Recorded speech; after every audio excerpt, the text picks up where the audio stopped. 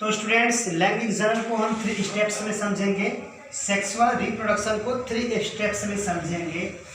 पहला pre fertilisation, second fertilisation and third post fertilisation.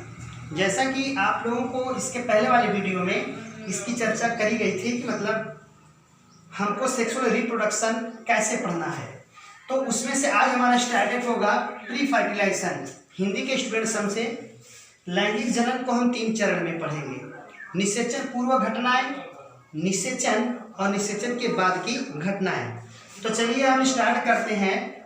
Pre fertilisation यानी निषेचन पूर्व घटनाएं, वो कौन कौन सी घटनाएं होंगी जो निषेचन पूर्व होंगी? तो मैंने बताया था गैमेटोजेनेसिस होगी और गैमेटो ट्रांसफर होगा।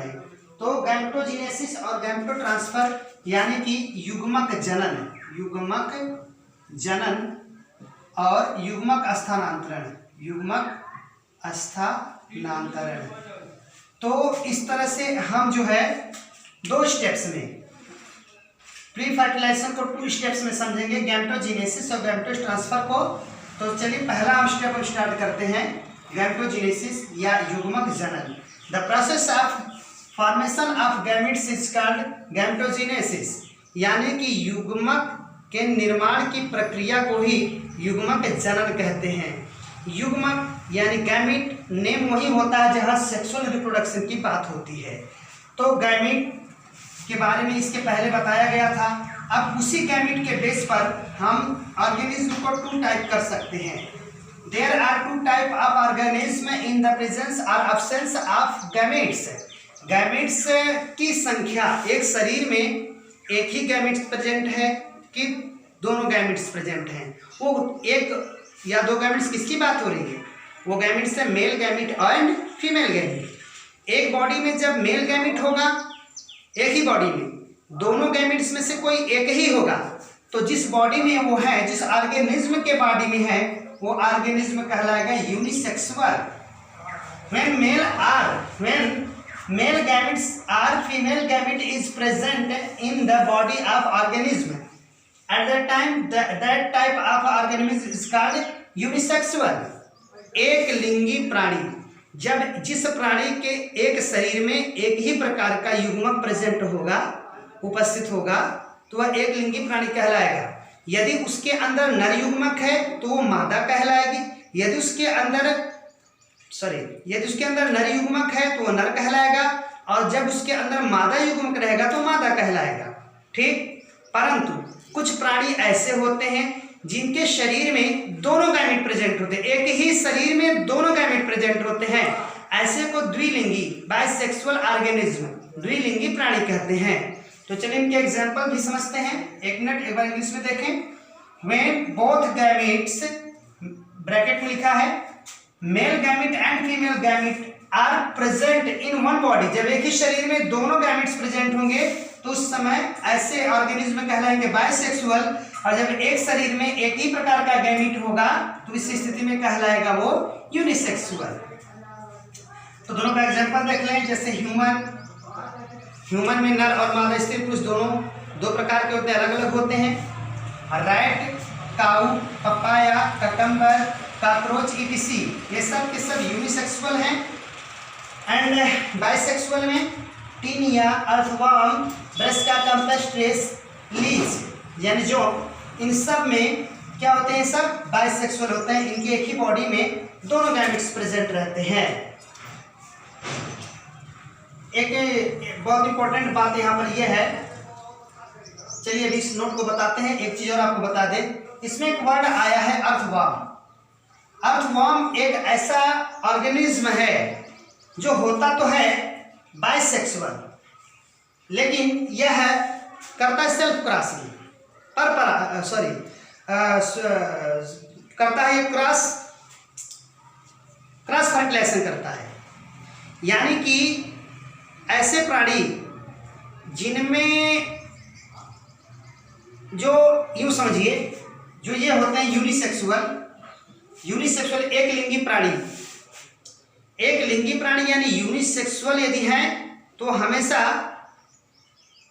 परनिषेचन करेंगे, यानी कि एक मादा एक नर अलग अलग से आएंगे एक ही जात के और दोनों मिलेंगे तो वहां पर उनके युग्मक जब मिलेंगे तो वहां पर जो निषेचन होगा वो पर निषेचन होगा, क्रॉस फर्टिलाइजेशन होगा। बट जो प्राणी ऐसे होते हैं जो ऑलरेडी क्या है, बाइसेक्सुअल है, द्विलिंगी हैं, उनके एक ही शरीर में फर्टिलाइजेशन क्रिया जो है पूर्ण हो जाएगी। इसको कहते हैं सेल्फ फर्टिलाइजेशन, ठीक। लेकिन बाइसेक्सुअल में सेल्फ फर्टिलाइजेशन होना चाहिए, उसमें एक अर्थवाद, एक इसमें क्या है एक्सेप्शन है, अपवाद है।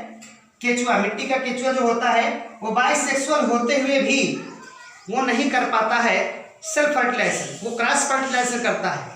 वजह इसकी है कि क्योंकि एक ही टाइम में, एक ही पीरियड में उसके बॉडी में दोनों गैमेट्स नहीं बन पाते हैं। जब केचुए के शरीर में जिस समय मेल गैमेट्स बन रहा होता है उस समय फीमेल गैमेट्स नहीं बनता, और जब फीमेल गैमेट बनता है तो उस समय मेल गैमेट नहीं बनता।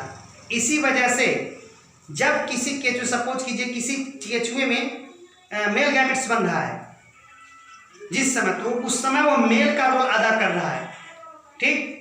उसी तरह से एक ऐसा केचुआ जिसके शरीर में फीमेल गैमेट बन रहा है तो उस समय वो फीमेल का रोल प्ले कर रहा है। अब ये दोनों मिलते हैं, इसी वजह से इनको करना पड़ता है क्रॉस फर्टिलाइजेशन, ठीक। चलिए नोट पर चलते हैं। In the flowering plants the unisexual male flower is staminate that bears stamens and unisexual female flowers is pistillate that bears pistils। ध्यान देंगे, पुष्पी पौधों में यूनिसेक्सुअल मेल फ्लावर जो एक लिंगी नर पुष्प होता है उसमें प्रेजेंट होता है स्टेमिनेट यानी पुंकेसरी, जिसके अंदर स्टेमेंस भरे होते हैं, पुंकेसर होते हैं। और यूनिसेक्सुअल जो होता है एंड यूनिसेक्सुअल फीमेल फ्लावर, और जो यूनिसेक्सुअल फीमेल फ्लावर्स होते हैं यानी कि एक लिंगी मादा पुष्प वाले जो होते हैं उनके अंदर क्या होता है, पेस्टिलेट यानी स्त्रकेसर। ध्यान देंगे हिंदी मीडियम की, स्त्रकेसर स्त्री के 2 वर्ड है, तो उनके अंदर स्त्रकेसर होता है जो कंटेंट्स क्या होता है, बियर्स की, यानी कि जो बियर्स मतलब परिवहन करते रहते हैं पिस्टल्स, क्या, स्त्री केसर। तो ये होते हैं, मतलब ये तो एनिमल्स और फ्लावर की जो है क्या नाम है, सिंपल ऑर्गेनिज्म की बात हो रही थी। यहाँ पर फ्लावरिंग प्लांट्स की बात हुई है, उसमें क्या होता है कि ये भी 2 टाइप के होते हैं, जो होते हैं फ्लावरिंग प्लांट्स 2 टाइप के होते हैं, यूनिसेक्सुअल एंड बाइसेक्सुअल। तो जो यूनिसेक्सुअल होते हैं उनमें उनकी जो मेल फ्लावर होगी वो कैसे, उसमें क्या होगा, स्टेमिनेट होगा और उसमें इकट्ठा रहेंगे, वो बियर्स करेगा यानी कि परिवहन करेगा स्टेमेंस का। और अगर फीमेल फ्लावर है तो वह बियर्स करेगा किसको, पिस्टिलेट का, उसके अंदर पिस्टिलेट होगा और जो है पिस्टिल्स का बियर करेगा। ध्यान देने वाली बात है कि ये अलग अलग होते हैं, अलग अलग फ्लावर भी होते हैं, नर अलग मादा अलग, तो ये यूनिसेक्सुअल हो जाएंगे। और यदि दोनों स्ट्रक्चर्स एक में ही प्रेजेंट है, male gametes and male part and female part, that's is staminate and that is pistillate, दोनों अगर एक ही फ्लावर में है तो इस स्थिति में क्या होगा, तब वो इस स्थिति में होगा बाइसेक्सुअल फ्लावरिंग प्लांट। जैसे हमें दिया गया सरसों का मान लिया हमने, ब्रश का कंप्यूटिस का देखें तो बीच में हम क्या देख रहे हैं, यह है पेस्टिलेट, एक ही फ्लावर में पेस्टिलेट भी है, उसी फ्लावर में स्टेमिनेट भी है, ठीक। तो दोनों जब एक में ही प्रेजेंट है तो ये क्या हो गया, बाइसेक्सुअल हो गया।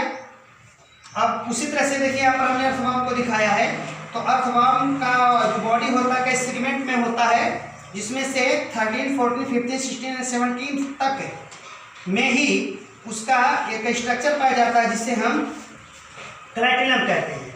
उसी प्लेटलेट पार्ट पर उसकी टेस्टिस और ओवरी हो सकती है, यानी क्योंकि ये बाइसेक्सुअल है इसलिए इसके एक ही बॉडी में दोनों पाए जाएंगे। टेस्टिस बोले तो मेल पार्ट एंड ओवरी बोले तो फीमेल पार्ट। तो इस प्रकार से यह क्या हो गया, बाइसेक्सुअल, ये भी बाइसेक्सुअल एक प्लांट में और एक हमने एनिमल में, दोनों में बाइसेक्सुअल को दिखा दिया है। आप इसको लर्न कर लीजिएगा, एग्जांपल्स भी लर्न कर लीजिएगा। आइए, cell division during to gamete formation. Cell division कौन सा डिवीजन होता है, जब जिस समय गैमीट बन रहा होता है, जिस समय किसी ऑर्गेनिज्म के बॉडी में गैमीट बन रहा होता है तो उस समय सेल डिवीजन का क्या रोल है, इसको जानेंगे। Monera, fungi, algae, bryophytes have haploid plants body, यानी कि जो मोनेरा जगत के प्राणी होते हैं, फंगी के होते हैं, एल्गी के होते हैं, ब्रायोफाइट्स के होते हैं, उनके शरीर में उनका जो शरीर होता है वो हैप्लॉइड होता है, आवृत होता है। जबकि टेरोफाइटा और जिम्नोस्पर्म्स एंड एंजियोस्पर्म्स में जिनका जो बॉडी होता है वो जो होता है द्विगुणित होता है, डिप्लॉइड होता है। और द्विगुणित वालों में एक क्लियर होता है, इससे मियोसिस ही होता है, अर्धसूत्री विभाजन ही होता है। उसी गैमीट जब बन रहा होता है तो उस समय क्योंकि ये 2n होते हैं, तो आप अच्छी तरह जानते हैं, पिछले क्लास में आप पढ़े हैं कि मियोसिस में क्या होता है कि जो 4 इसमें आप स्प्रिंग्स बन रहे हैं जिस सेल के, उसमें जो क्रोमोसोम्स होते हैं उनकी नंबर क्या होती है, हाफ हो जाती है, हाफ स्प्रिंग्स में। तो ये n n n n और ये इसमें होता है, इसमें होता है। जो हैप्लॉइड होते हैं उसमें युग्मक बनने का प्रोसेस सिंपल होता है। उसमें जो हैप्लॉइड होते हैं तो हैप्लॉइड में ऑलरेडी हैप्लॉइड है, तो उसमें जो युग्मक बनेगा वो भी हैप्लॉइड ही होगा। ये ध्यान रखें, युग्मक यानी कि गैमीट्स ऑलवेज हैप्लॉइड होते हैं। चलिए, इसके बाद हमारा स्टेप स्टार्ट होगा फर्टिलाइजेशन का। एक मिनट, सॉरी, अभी तो हमारा ये रहा गैमेटो ट्रांसफर। अब हम पढ़ेंगे गैमेटो ट्रांसफर, युग्मक स्थानांतरण।